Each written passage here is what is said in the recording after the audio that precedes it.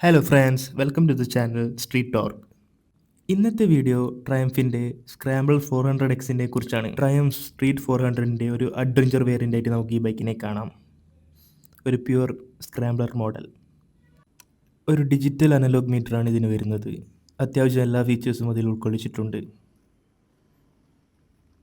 ഒരു wide handle bar കൂടിയാണ് ഈ വണ്ടിക്ക് വരുന്നത്. ഇതിൽ കണ്ടുവരുന്ന എൻജിൻ സെയിം 398 ലിക്വിഡ് കൂൾഡ് എൻജിനാണ്. ഏകദേശം 40 PS പവറും 37 Nm ടോർക്കുമാണ് ഈ വണ്ടി പ്രൊഡ്യൂസ് ചെയ്യുന്നത്. അതുപോലെ വണ്ടിക്ക് വരുന്ന സീറ്റ് ഹൈറ്റ് ഏകദേശം 835 mm ആണ്. എൻ്റെ ഹൈറ്റ് വെച്ച് നോക്കുമ്പോൾ ഞാനൊരു 171 cm ഉള്ള ആളാണ്. എൻ്റെ കംപ്ലീറ്റ് ഫീറ്റ് നിലത്ത് കുത്താൻ കഴിയില്ലെങ്കിലും എനിക്ക് ഈ വണ്ടി ബാലൻസ് ചെയ്യാൻ കഴിയുന്നതാണ്.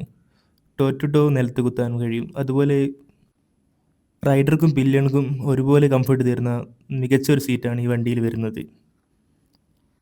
അഡീഷണൽ ആക്സസറി ആയിട്ട് ടൂറിങ്ങിന് വേണ്ടി ലഗേജ് കാരിയറും അതേപോലെ ഹാൻഡ് ഗാർഡ്സും ഒക്കെ ഈ വണ്ടിയിൽ തന്നെ ഷോറൂമിൽ നിന്ന് ചെയ്യാവുന്നതാണ്. നമുക്ക് കുറച്ച് റൈഡിങ് ഫീലിനെ കുറിച്ച് സംസാരിക്കാം. ലീനിയറും പഞ്ചി ആയിട്ടുള്ള ഒരു ടോട്ടൽ റെസ്പോൺസാണ് ഈ വണ്ടിക്ക് നൽകാൻ കഴിയുന്നത്. 5000 RPM വരെ വണ്ടിക്ക് ഒരു വൈബ്രേഷനും ഇല്ല. വളരെ ടോർക്കി ആയിട്ട് നമുക്ക് ഫീൽ ചെയ്യും. ഹൈവേയിലും സിറ്റിയിലും ലോങ് ടൂറിങ്ങിനൊക്കെ വളരെ മികച്ചൊരു ബൈക്കായിട്ടാണ് എനിക്ക് ഈ എൻജിൻ ഫീൽ ചെയ്യുന്നത്. ഏതൊരു സ്പീഡും പെട്ടെന്ന് ക്യാച്ച് ചെയ്യുന്നുണ്ട്. പിന്നെ ടോപ്പ് എൻഡിലേക്ക് പോകുമ്പോൾ മാത്രമാണ് വണ്ടിക്ക് കുറച്ചെങ്കിലും വൈബ്രേഷൻ അനുഭവപ്പെടുന്നത്. മിഡ് റേഞ്ചിൽ വളരെ സ്മൂത്താണ്. ലോ എൻഡിലും നല്ല ടോർക്ക് ഈ വണ്ടിയിൽ നിന്ന് പ്രൊഡ്യൂസ് ചെയ്യുന്നുണ്ട്. ഗിയർ ഷിഫ്റ്റിങ്ങും അതുപോലെ ഗിയർ ബോക്സും ഒക്കെ വളരെ സ്മൂത്തായിട്ടാണ് അനുഭവപ്പെടുന്നത്. ക്ലച്ചും വലിയ ടൈറ്റ്നസ് ഒന്നുമില്ല, ഒരു മീഡിയം ലെവലിലാണ് നിൽക്കുന്നത്. സ്ട്രീറ്റ് 400നെ വെച്ച് കമ്പയർ ചെയ്യുമ്പോൾ ഇതിൻ്റെ സസ്പെൻഷൻ കുറച്ചുകൂടി സോഫ്റ്റാണ്. അത് തന്നെയാണ് ഈ വണ്ടി ഒരു മികച്ചൊരു സ്ക്രാംബ്ലറാക്കി മാറ്റുന്നതും.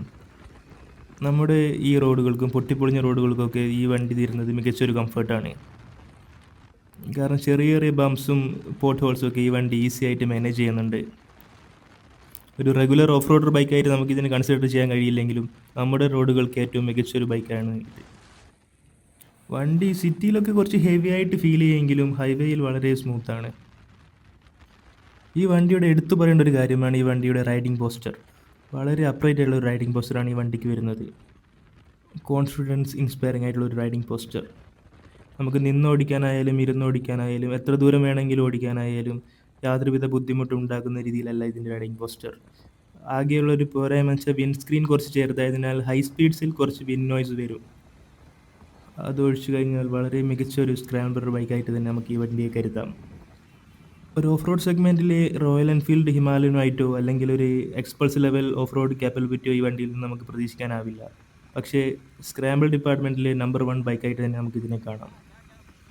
ഈ വണ്ടിയുടെ വെയിറ്റ് ഏകദേശം ഒരു 185 kg വരുന്നുണ്ട്. അത്യാവശ്യം മികച്ച ഗ്രൗണ്ട് ക്ലിയറൻസും ഈ വണ്ടി പ്രൊവൈഡ് ചെയ്യുന്നുണ്ട്. 195 mm ഏകദേശം ഗ്രൗണ്ട് ക്ലിയറൻസും ഈ വണ്ടിക്ക് വരുന്നുണ്ട്.